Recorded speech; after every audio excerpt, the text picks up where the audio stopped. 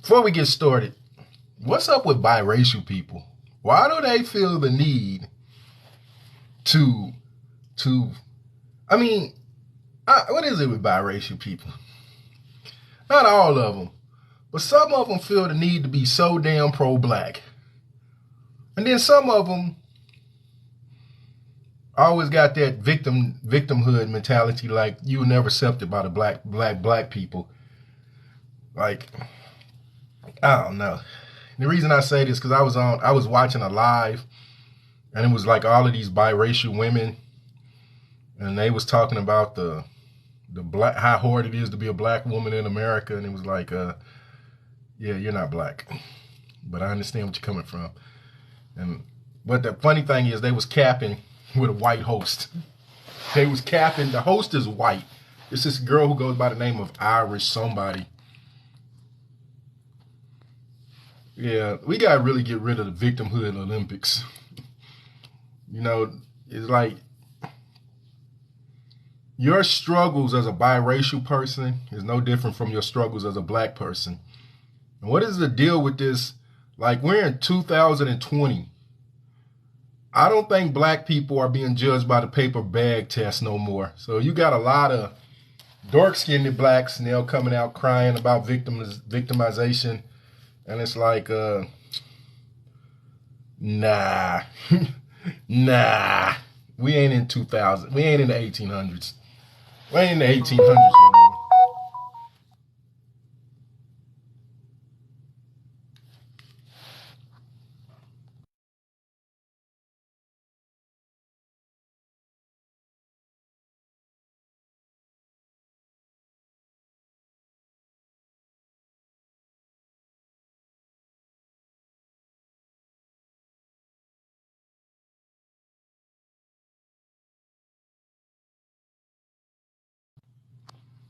We ain't in the 1800s. Anyway, okay. There is a video on my page that talks about black women being the culprits in the plan to destroy black men. Not all of them, but some of them. And before you get mad if you're a black woman, and before you blame, where's the man, let's talk about it. Let's talk about it. Let's really talk about it, because we have to talk about it, because if you're a single mother and you have a son, maybe what we're talking about can give you tips on how to raise your son. That's what we can talk about. It's not about like, oh, we're putting you down. It's because maybe you don't know how to raise your son. Maybe it's because like the old adage says, we raise our daughters and we love our sons. So your mama's a crackhead, but that's okay. Now look, like your son clean his room. Don't make your son, you're always cleaning up after your son. You're babying your son and you're making him, he's going to be a no good man because he's used to you babying him. He's used to you cooking his breakfast. He's used to you washing his clothes. He's used to you doing all types of things for him.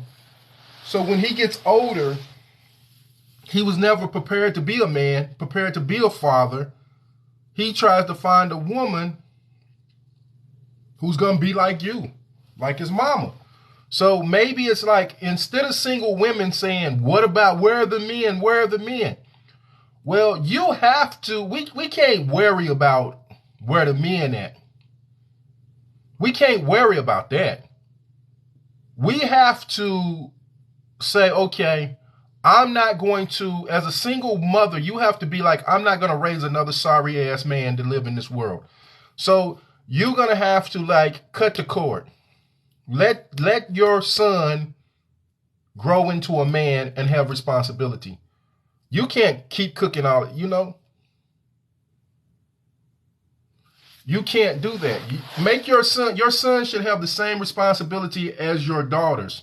That's why black women are kind of more mature at an early age than black boys, because They're given a certain amount of responsibility, whereas a boy can just go around freely. And you will always hear black women, not all of them, but a lot of them saying, I left home at 16. And we have to understand, why are these black women leaving home at 16? Because they was being treated like grown people.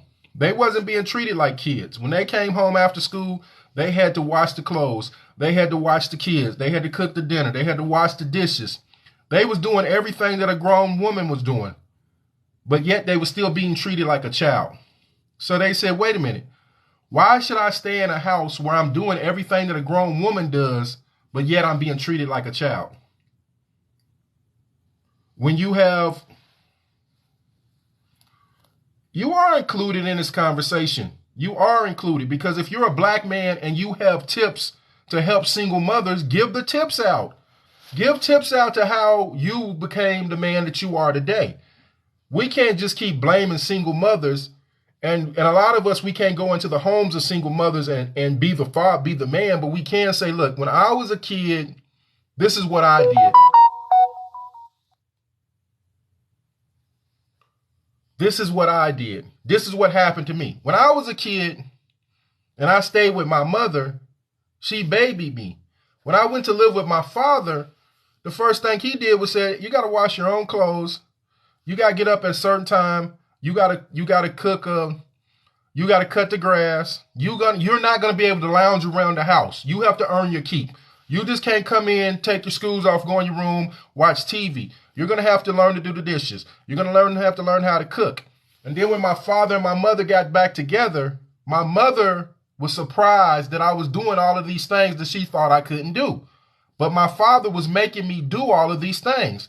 He wasn't allowing me to he wasn't allowing me just to lay around the house.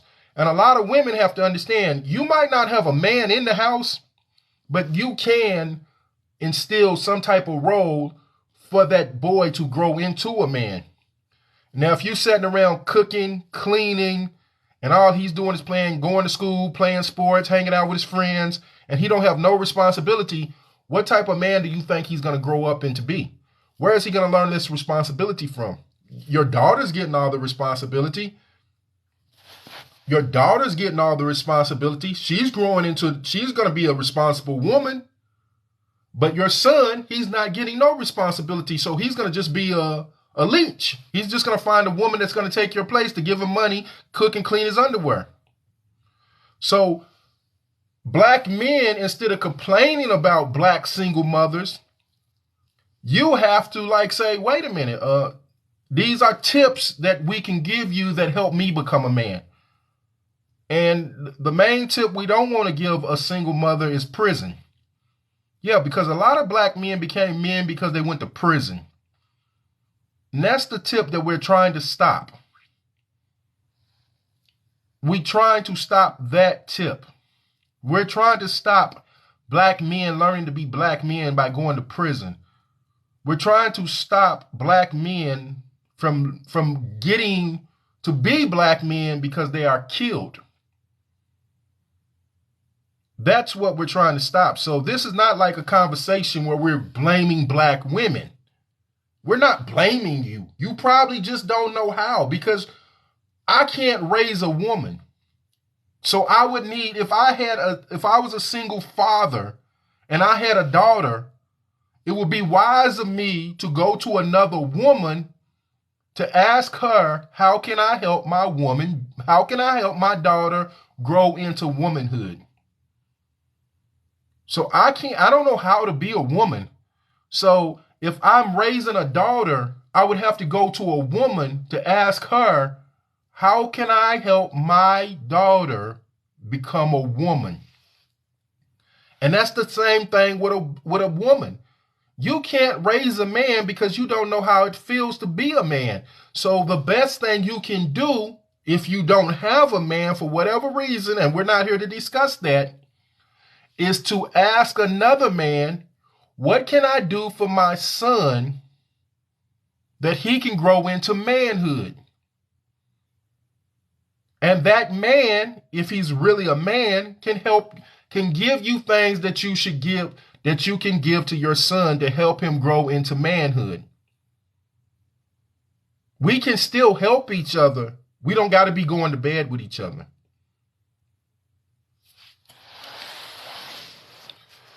We can talk about how the government is destroying black boys, but let's come up with these strategies to combat it. And the only strategy that we can come up to at this particular point is we have to help each other raise our kids. Now, if you got a boy at home, and if you go on YouTube, you can watch this brother's speech. He says, if you got a boy at home, the first thing you should do, if you got a daughter at home, stop calling them the man of the house, because they're not the man of the house. They're a boy. They're not your man. When you call a boy a man, the man of the house, you are making him equal to you. He's not equal to you. You are the provider of the house. That's not your man. And a lot of women have taken these boys and put them in the place of men. So when you get a man, I'm fighting with your son for the position that belongs to me. I have went with women who have sons, and they're comparing their son to me.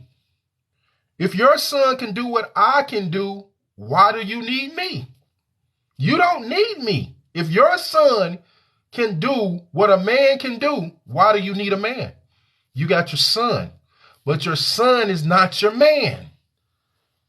Your son is not your man. Sister, I can't talk to deadbeat dads. I have to talk to who's there. Why do you want me to talk to someone who's not there? You're the ones raising the black women, so I have to talk to you. I have to talk to you because you're raising black men. The daddy's not there, so that is a waste of my breath. So what I'm saying, don't make your son and your man the same. Your son is your son. He is not to do the roles of your man. And a lot of women, not all of them, but a lot of women in different races, it's just not black women. A lot of women take their sons and put them in the place of their mans. And then they get upset when they can't control their son no more. Well, it's your fault. You told your son he was the man of the house. Your son has no responsibility in the house. So now he acts like the man of the house.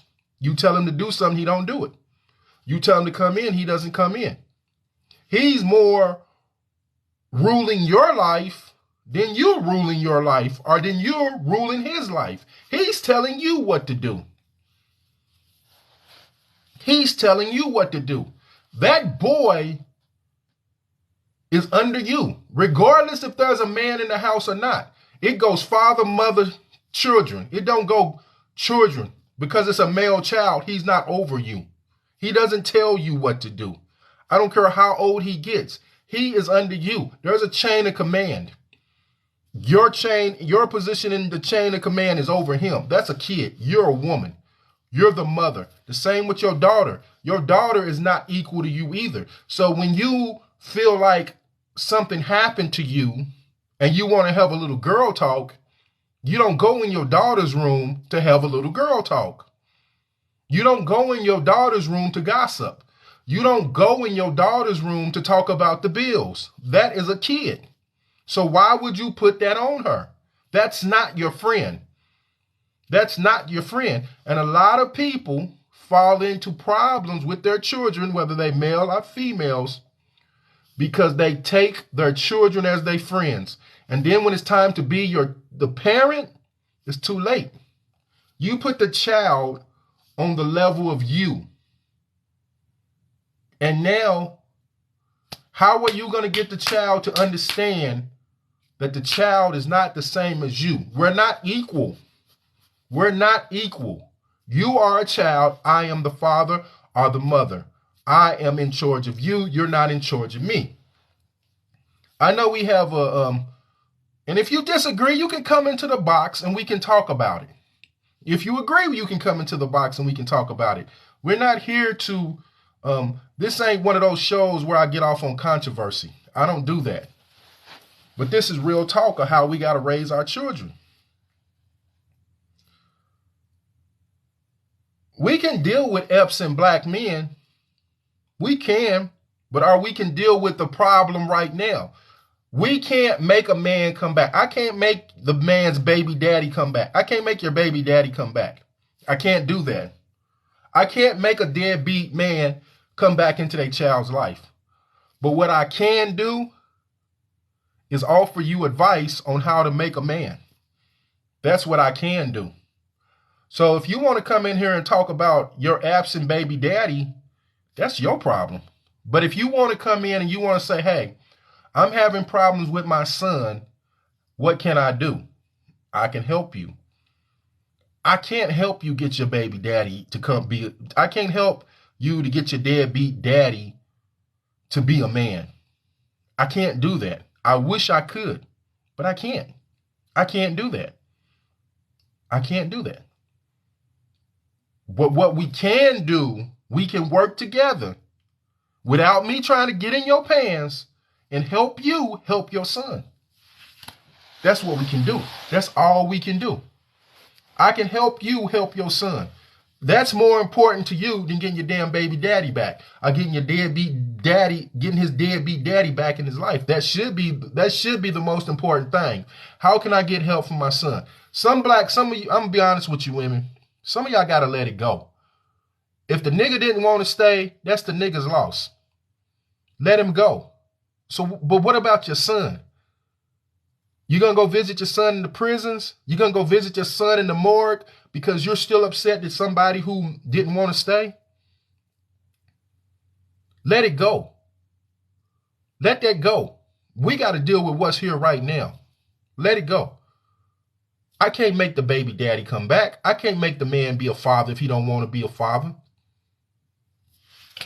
I can't do that. I wish I could, but I can't. All I can do is help you right now. And what I'm saying right now is you got to have,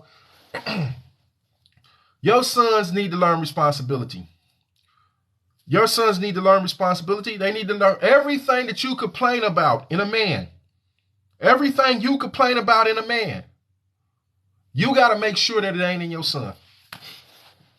And I'll tell you this. Don't make your son no simp, or don't make your son no tame tiger, because you know the type of women that your son would have to deal with in this world. So I'm going to make my son the perfect gentleman. And so you make your son the perfect gentleman, and he finds him a Delilah who takes advantage of him because you didn't want to teach your son about the true nature of some of these women out there. You didn't want to teach your son about the true nature of some of these women out there. So now you made your son a perfect gentleman, but he did not find a perfect lady. You got to give your son some game, some real game. But not only some game, but give him some intellect. Some intellect. The same with your daughters. Don't teach her the same with your daughter. See, when it comes to women, if we go back to the Breonna Taylor story, yeah, we could deal with that Breonna Taylor was killed by the police. But what we have not dealt with is Breonna Taylor got involved with a no good man. We don't want to deal with that. We don't want to deal with the Kimber Smiths. We don't want to deal with all of these. See, when you game your women up, when you game your daughter up, you got to teach her what qualities to look for in a man. And money is not one of those qualities. If you go watch this lecture on YouTube, if we defined a man by how much money he makes, see, I'm still a man if I don't make money. It's very unfortunate, but I'm still a man. You can't take that away from me. I'm still a man. Now, if you define me by my earning power, if you define me by, oh, you're not a high value man if you don't make $600, a $5 figure. If I don't make five figures a year, 6 figures a year, I'm not a high value man. Well, there's other qualities that make men besides money. So we got to get away from this defining men by how much money they make. Because we have seen men who have made $600,000 still SA women, still beat women, mistreat their children. They do all types of stuff. So just because you make a certain amount of money doesn't mean that you're a man. It just means you make a certain amount of money. A man is one who still can provide regardless of financial situations. So I can provide something to the house. If I'm living in a house where I'm not working, where my woman is bringing in the money, I can still do other things. I can still cook. I can still clean.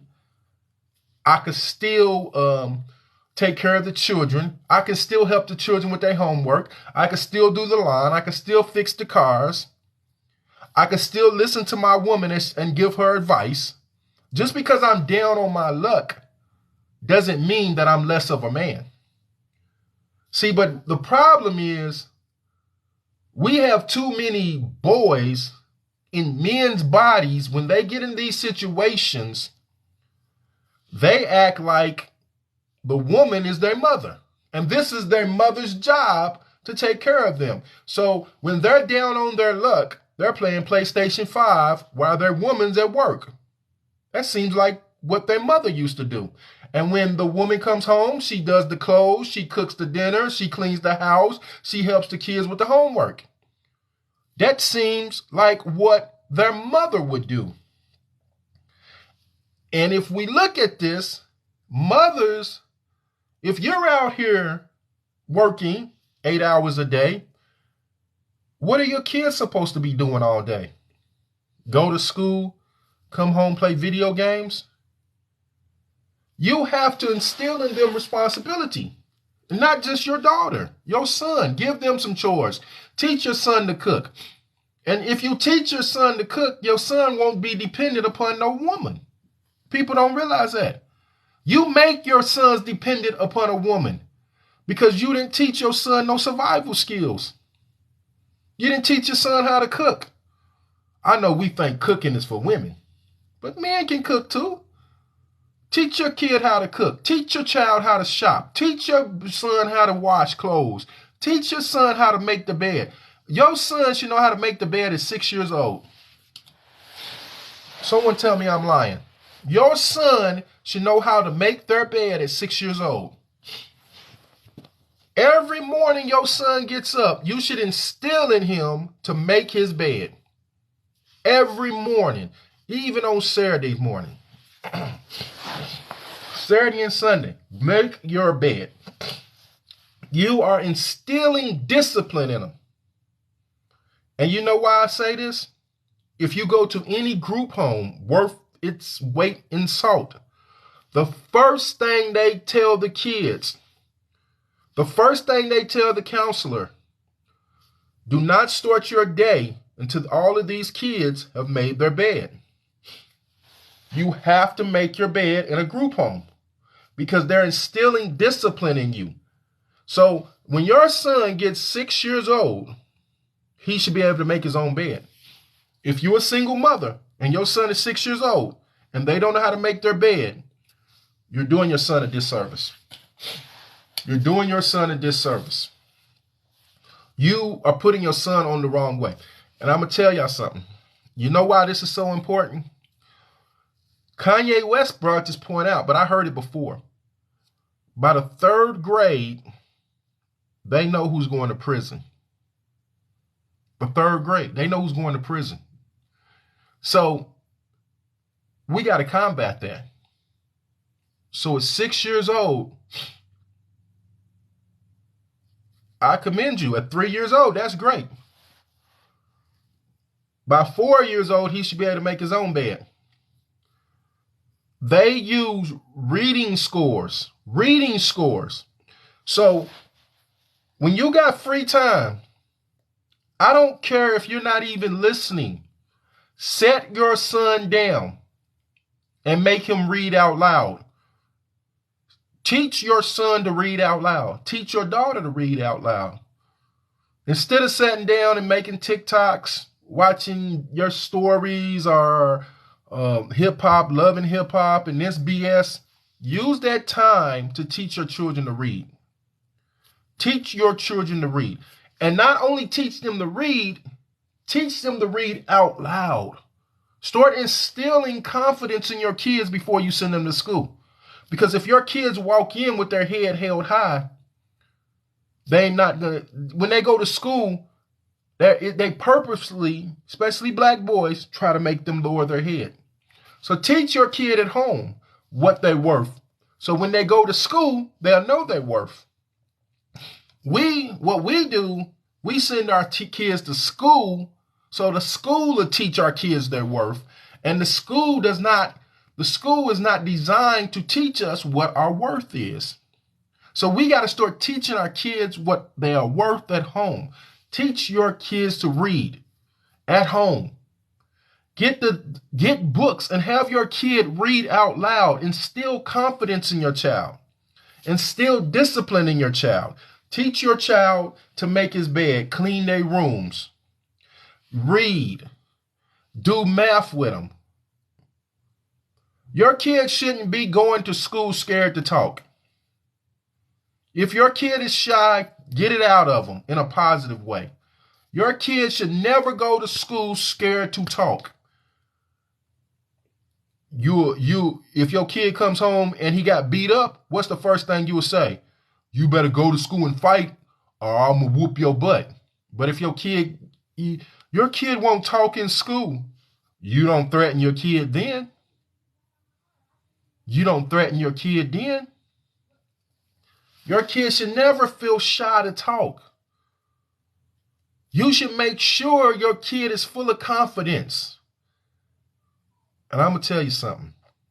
Women got it bad, but men do it too. Do not yell at your kids. Because when you yell at your kids, you're making your kids scared to do something. So for every little thing your kids do, they don't need to be yelled at. Actions speak louder than words. Actions speak louder than words. If you say you're going to do something, do it. Never say that you're going to do something that you have no intentions of doing. Stop threatening your kids. Stop pump faking. Stop pump faking. If you say you're going to take away your kids, PlayStation 5, and if he brings in bad grades, don't stick to your guns. Take away the PlayStation 5. Do it young. See, you have to instill, especially when it comes to boys. Because when I was 15, I was 6 feet. My mother was 5'4". No, my mother was 5'3". I was 6 feet. My mother was 5'3". I could have easily ran over my mother. But what she instilled in me when I was younger was in the back of my head when I was 15, that I was scared of my mother. And most boys, when they get 15, 16, 17, they can easily beat their mother. So you have to instill discipline in your kids when they're younger. You can't wait till your kids get older and try to discipline them. You can't wait till your kid gets 13, 14, and now you want to be mama. Now you want to be daddy. It's too late. You should have instilled that a long time ago.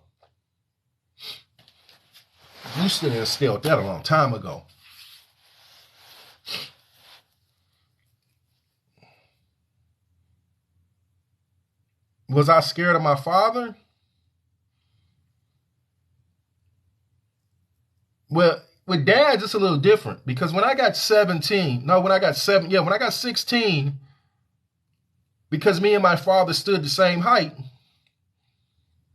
I decided I was going to try my dad. He said something to me and I said, I'll kick your ass. You better stop talking to me, I'll kick your ass. So I decided I was going to try my father. And my father hit me in the chest. And I never tried my father after that. So with boys, it's a little different. It's a little different. You might rise up against your father, but your father probably strong enough to take him out. But anyway, boys are male fathers are mothers. You have to have a level of respect when they're younger, because if you don't have a level of respect when they're younger, you're not going to have a level of respect when they get older. A lot of people think that, if you're like doing certain things to your children, and a lot of these parents, and I'm not talking to all black women, a lot of these parents know why their kids do what they do. Because when your kid needed you, you was with grandma. A lot of these parents, they was out doing drugs when the kids needed them. They was out running the streets. Hey, Crazy Joe, you're a white man anyway. Why don't you leave? This is not for you in the first place. Why don't you leave? You're a white man. Why don't you leave? If you don't want to help black boys, leave. Everything ain't a Richard Pryor joke. Why don't you leave, Crazy Joe? If you don't want to listen, you can leave. Don't. That don't make sense to me. Why do you want to sit and troll with somebody? Either come in the box and talk to me like a man, or just leave. Why are you mad? Anyway, bye, Crazy Joe. I ain't got time against you. But my point to black women is, the first thing is, make sure first thing you gotta do is instill discipline in young men. Young men need to be disciplined, especially young black men. We need to be disciplined. Because if you don't discipline your son, the police will discipline your son. The prison system will discipline your son. So start to instill discipline in your kids early. Now remember, discipline is not punishment. Discipline is not punishment. Some people, when you say the word discipline, all they hear is punishment. It's not the same thing. Discipline is not punishment. Discipline is not I whoop you. Discipline is I give you responsibility to make you disciplined. And one of the smartest things you can do for your daughter or your son. I heard this brother say, and I wish I would have heard this brother before I had my kids. This brother said he started a hedge fund for his kids. And then when they got of a certain age, he showed them how much the hedge fund was. And he said, if you have a baby, all of this money goes to take care of your kid. See, why don't we do that for our children? We complain about the schools not teaching our children financial literacy. Well, why don't we start teaching our children financial literacy? We got a couple of bucks. You got a couple of bucks. All it takes to store some stocks is a couple of dollars. Couple of dollars, you go to Charles Schwab, you put some money into the stocks, and you show it to your kids. I invested this money when you was a baby, and this is your money.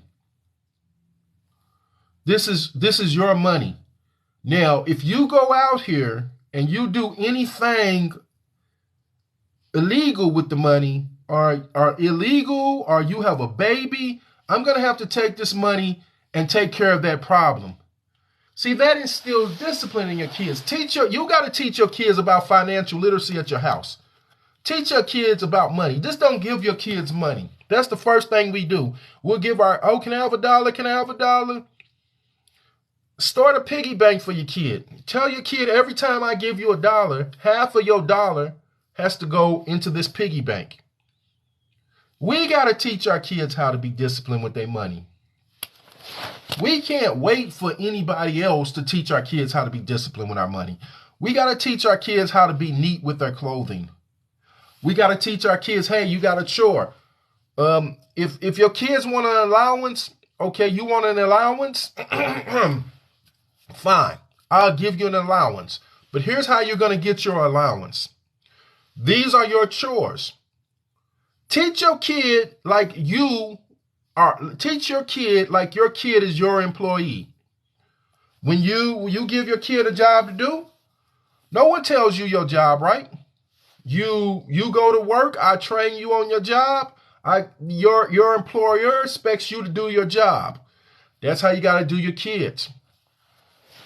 I don't want to do the dishes. I don't want to do the... No, okay, you don't want to do the dishes? I'm going to dock you. Did you do your job today? Nope, I'm going to dock you some money. I'm going to dock you some money. That's how you instill discipline in your kids, because they understand too much. We're living in a world where we just give our kids everything. We just give our kids stuff. They don't have to work for stuff. And then when they get out into the real world, they find that the real world ain't like that.